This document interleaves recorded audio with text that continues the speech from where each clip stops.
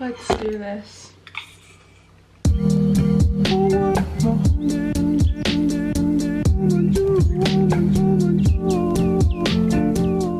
Hello everybody, welcome back to my channel. My name is Ellie if you've never been here before, and on this channel I upload whatever I want. I'm coming at you with another bookish video today, so if you don't like bookish content, then I'm sorry for you because I've uploaded a lot of bookish content lately. But I will say, if you're here for like the teaching, subbing content, that's coming soon, okay?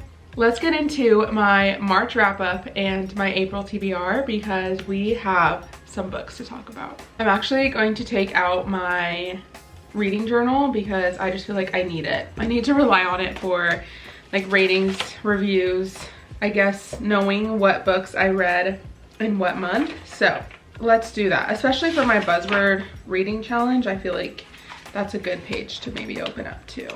All right, so let's start with the books that I read in March, which was my birthday month, best month ever. The first book I read was An Absolutely Remarkable Thing by Hank Green. I will have it here on the screen.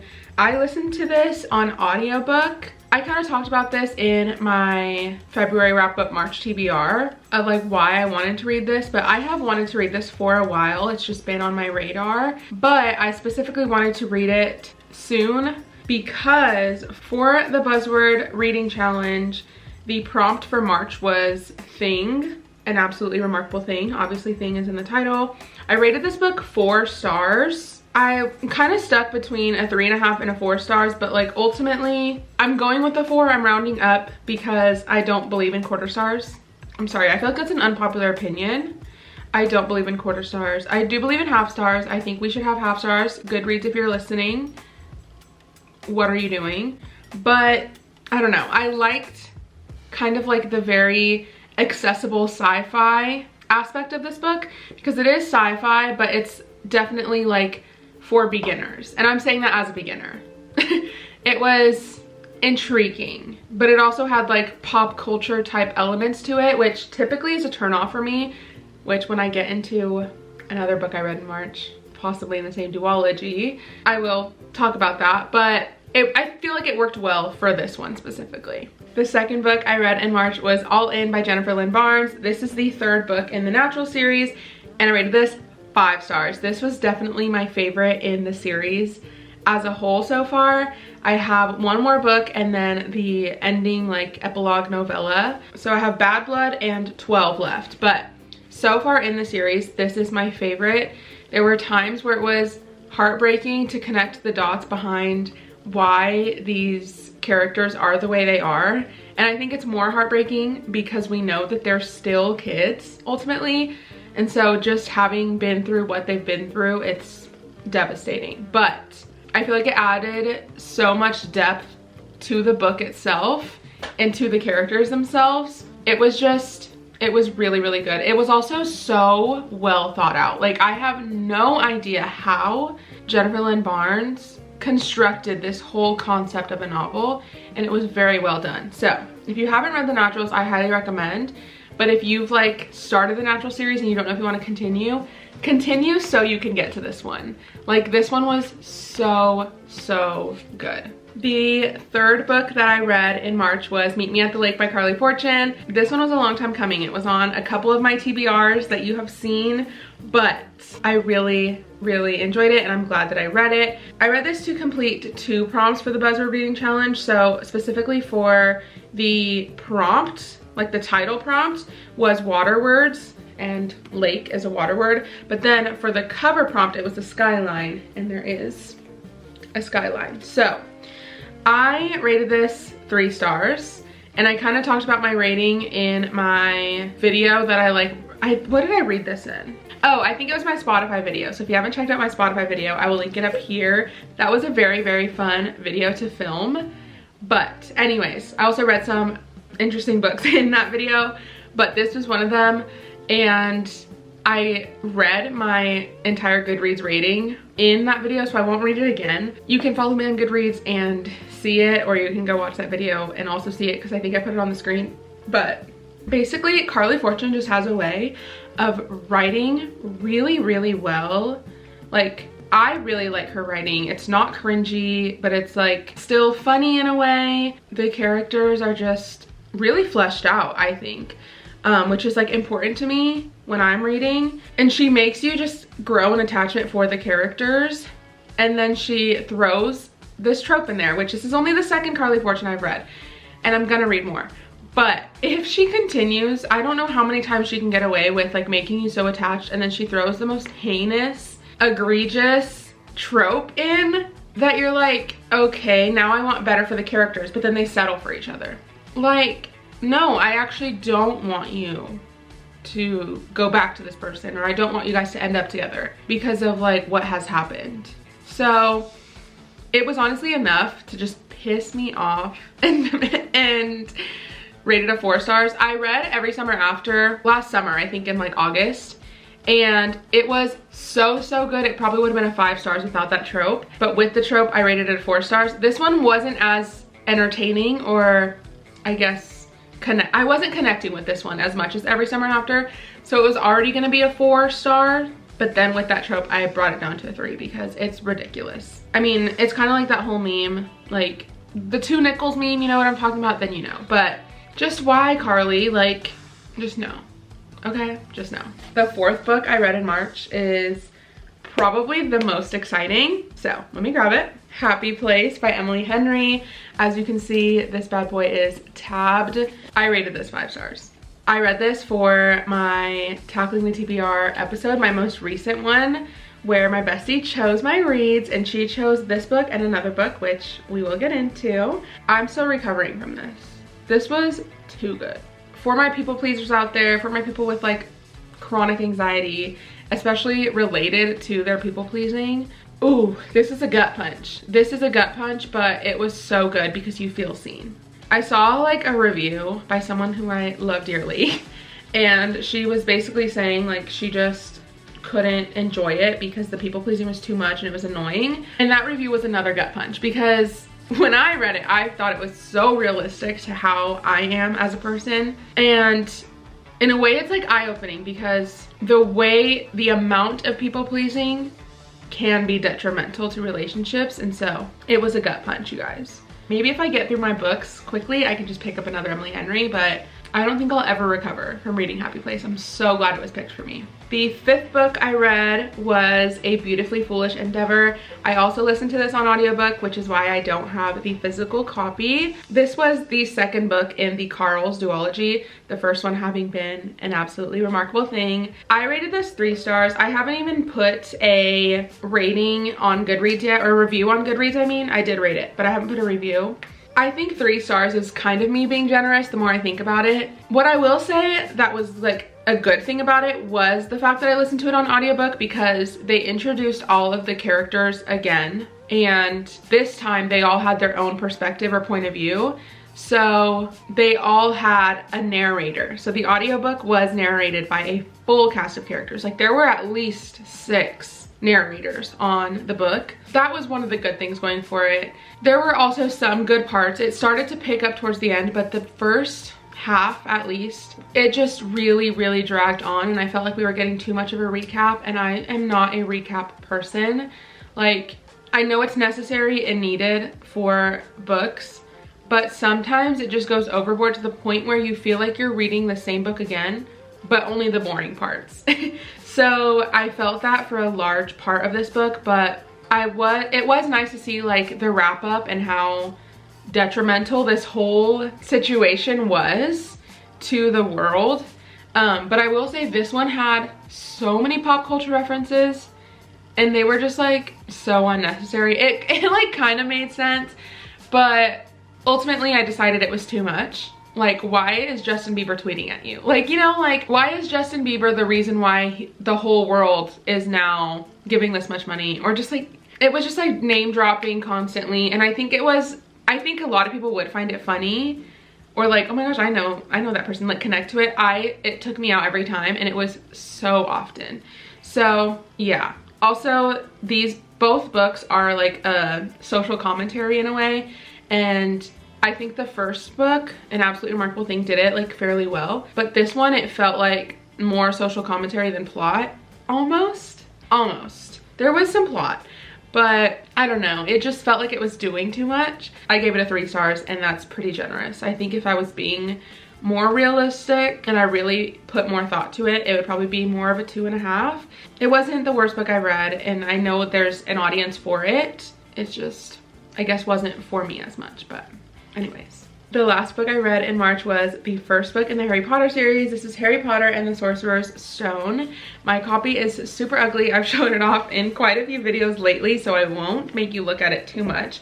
But I actually read it on my Kindle, and it's the first book I ever read on my Kindle. My new Kindle, my Kindle Paperwhite. I'm not counting the old one, the Kindle Fire. I rated this book 5 stars. I read this for the same video that I read Happy Place, so I don't want to like go too deep into my thoughts. If you want to know my thoughts, go check that video out. But I am now in my Harry Potter era, okay? I want to read every book. I am literally going to go to Goodwill. I might even go today. Like, I need to find the first, second, third, fourth, fifth, and 8th book in the specific hardcover copy, like series. I have the 6th and 7th in that edition is the right word, that I got from Goodwill, and they're in very good condition considering they belong to a child, I'm sure. And I want those editions, so I need to find them, and I'm determined to find them secondhand. So I'm on a mission to be doing that. But 5 stars. That book was 5 stars. Phenomenal for a kid's book. Like, if I gave it 5 stars as an adult, I literally said this in my video, but I think it would be life-changing as a child to read those books. Like, it was so good for what it was, you know? Like, I feel like it can't really be compared to fantasies for adults like Fourth Wing, or why can't I think of any other fantasy book? Maybe because I haven't read a lot of fantasy. I don't think it can be compared to that. I don't think you can compare Harry Potter, a children's book, with Fourth Wing, an adult fantasy book. But it was so good. And it was like, there was high stakes in the book. Like, I mean, these characters could have died at certain points, but it was so cozy at the same time. And I think I'm gonna become a Harry Potter stan. I know what I feel this insane feeling of like FOMO, like missing out. Not because like I can still enjoy Harry Potter as an adult, and I can learn everything about like the lore and collect all these things, but the fact that I didn't get to do it as a child and have it for so long, like I feel like I missed out on years of my life. And it was really good. Like, I get it. I get the hype, and I've only read the first book. I'm so excited to watch the movie because I have not seen any of the movies. I haven't read any of the books. I've avoided pretty much every spoiler. I don't know really who dies. I don't know who's the bad guys are, except for he who shall not be named, you know? So you can imagine my surprise to the ending. If you've read Harry Potter, oh my gosh, like that would have shook me to my core as a child. So anyways, it was so good. I'm so excited to read Chamber of Secrets. I don't know when I will. I'm gonna look for it on my Kindle because I think I'm just gonna read the series on my Kindle, which is good because I can like just sprinkle them in throughout wherever and whenever. So anyways, it was so good. I will continue talking about it for the rest of the video, so I'm not going to because I don't want this video to get too long. So let's get into the books that I am putting on my April TBR. It's kind of random. I feel like random is the word for it. This first book was put on my March TBR because of its release date, but it has to be read in April. Sunrise on the Reaping. And I finally have my physical copy. I'm actually more excited to read it since before, like when it was announced and I heard about it, I was excited. But seeing everybody's reactions and people like coming out from like their caves, like people you haven't seen on the internet in years come out with like their reactions to this and being like, it destroyed me, and they're like sobbing. And then also I just watched my bestie Ryan's most recent like ultimate book vlog, and she read this in it, and just seeing her reactions to the end, or just to the whole book in general, is like, I feel like I need to get to it before it gets spoiled.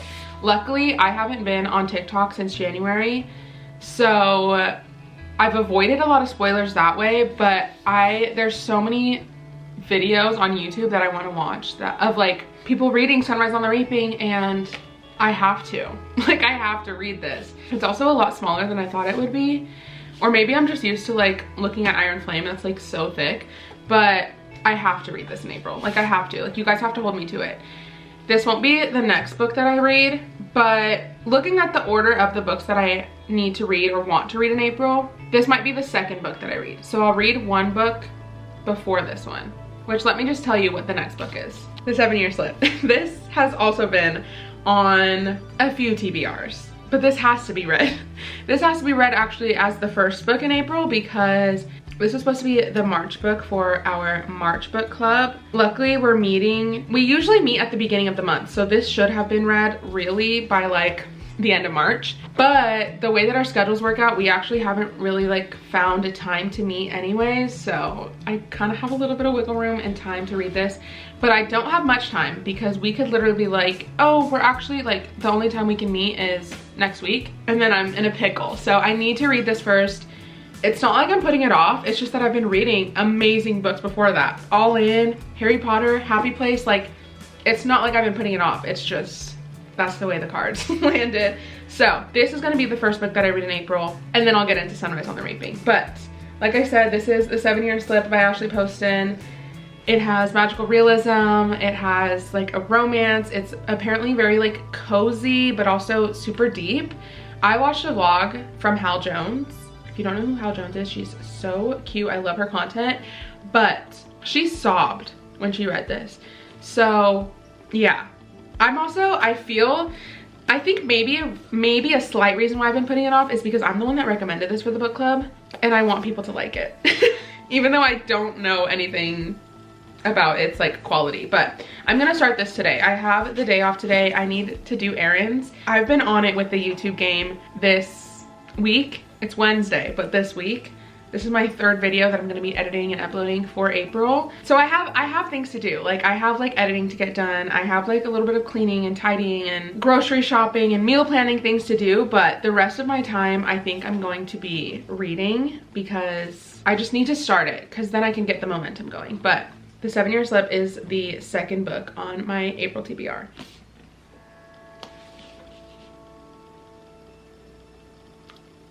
This book has been staring at me from the top of my bookshelf where I put it when I first unboxed it, since I put it there.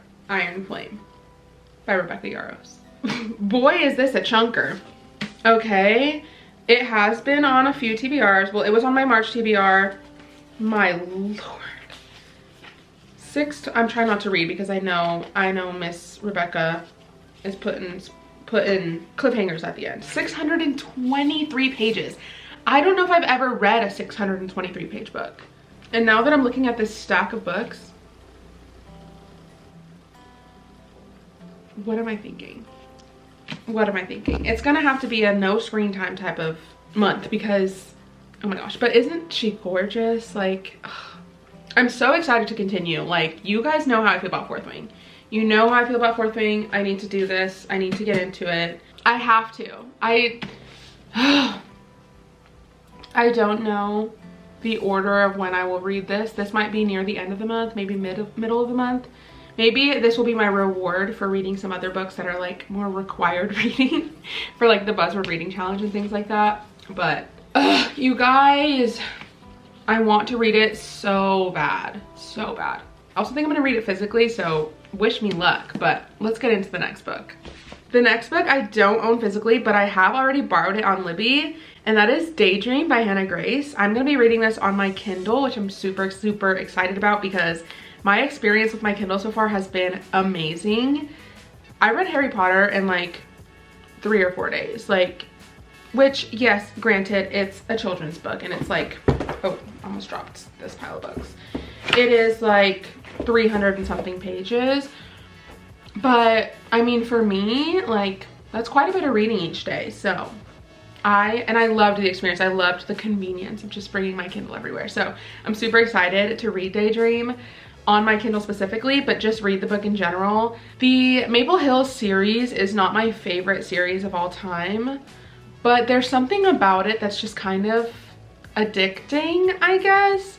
I don't know. After Icebreaker and Wildfire, I've kind of just been like, I got rid of both books. They weren't my favorites. Honestly, I don't know if I really recommend, but Bestie Ryan has been raving about Daydream and how much she related to the characters. And if you know anything about Ryan and you know anything about me, we are like this. Like, we are the same person. We think the same way about things. We both have like anxiety.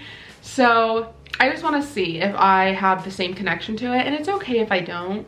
I've also seen from one of my favorite like booktubers, she said she didn't like Daydream and it was like probably her least favorite. So I don't know. I'm really concerned.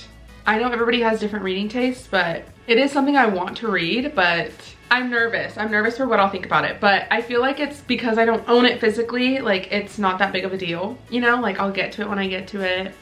It'll be a fun time just because I'm reading on my Kindle. So I did buy Icebreaker, and then my husband Ryan actually bought Wildfire for me. I have since unhauled them, but I don't really feel the need to buy the rest of the series. I think I'll just continue reading them ebook wise. But anyways, let's just say Daydream will be the 4th book on the April TBR. And now every single time I look at this stack and I see Iron Flame, I'm like, I know Daydream's pretty thick. Hannah Grace's books are just pretty thick, romances in general. The next 2 books are more of a required reading type of thing.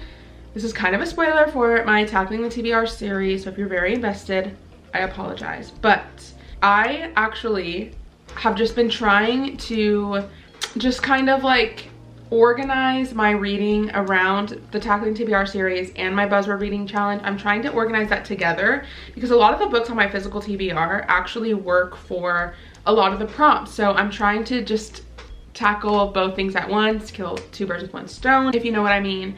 So I was like, you know what? I've just been doing a lot of fun things. I've continued the natural series because I just plain wanted to, even though I did a test run of pulling a prompt and it was the natural series. So you could say I actually pulled it. But then my most recent episode, it was my bestie Ryan choosing. So I was like, you know what? I need to go back to my roots of pulling. I pulled a title, and it's actually the books that I need to read for April's Buzzword reading challenge. So for the prompt, like the title prompt and the cover prompt, they actually are pretty much the same. So the title prompt needs to have an animal in the title, and then the cover prompt also needs to have an animal on the cover. So we have a little bit of a predicament. I looked through my shelves and I have 1 book on my physical TBR that has an animal in the title, and that is The Lion, the Witch, and the Wardrobe. This is the 2nd book in the Chronicles of Narnia series by C.S. Lewis. This is kind of like unknown, but this book is actually not the 1st book in the series. The 1st book is The Magician's Nephew by C.S. Lewis. So in order to get to this one, I wanted to get to this one. Anyways, I've been wanting to read these, but I pulled them out of the Jellycat bag. So I was like, you know what? I'm just gonna read both of these books in 1 episode, and it's gonna kill 2 birds with 1 stone. However, is Mr. Tumnus an animal? Why don't they have Aslan on this cover? I'm counting it though when I do like my reading journal, and I'll show you actually a little glimpse of my reading journal. If you want to see it more in depth, then you should check out my Doing Book Stuff videos because I update it on camera. But let me find the page that I was just looking at.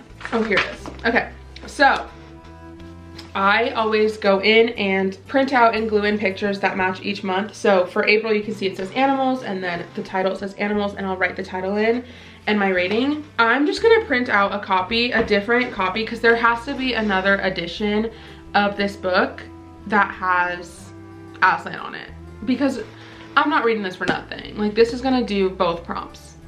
I try to double dip as much as possible. I did that with Never Lie. I did that with Meet Me at the Lake. But I wasn't able to do that for March, but it's okay. April, I'm doing that with this one. So getting back to my TBR, we have The Magician's Nephew by C.S. Lewis and The Lion, the Witch, and the Wardrobe by C.S. Lewis. And these are the first 2 books in the Chronicles of Narnia series, and there are 7 books total. So I actually have the full box set, and I mean, they are the 5th and the 6th books that I have on my TBR, but I mean, there's 202 pages in this one. And then there are 189 pages in the second one. So like that's even less than like a quarter of Iron Flame. They're also kids books, so they should be pretty quick to get through. But also, I put a request for a hold, the audiobooks for both of them on Libby. Just, maybe I'll tandem read, maybe I'll just listen to the audiobook. So I'm not too worried about all the books that I want to read in April, even though looking at them it's kind of scary. But just because like this is like barely a book in itself, and then it'll be kind of audiobook wise. So anyways, then the last book that I put on my physical TBR is Harry Potter 2. It is Harry Potter and the Chamber of Secrets. I have no idea how many pages it is in this moment in time, but editing Ellie will put that on the screen. But I just want to continue Harry Potter. This is kind of like the last book on my TBR, so it will probably be the last one I get to if I get to it.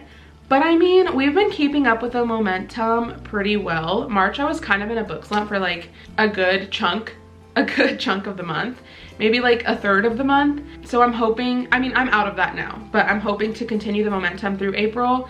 I've been keeping up with the average of 6 or 7 books per month. So, I mean, there's 7 books on the TBR and 3 of them are children's books. So I feel like we'll get through it, but that is all the books on my April TBR. Thank you guys so much for watching this video.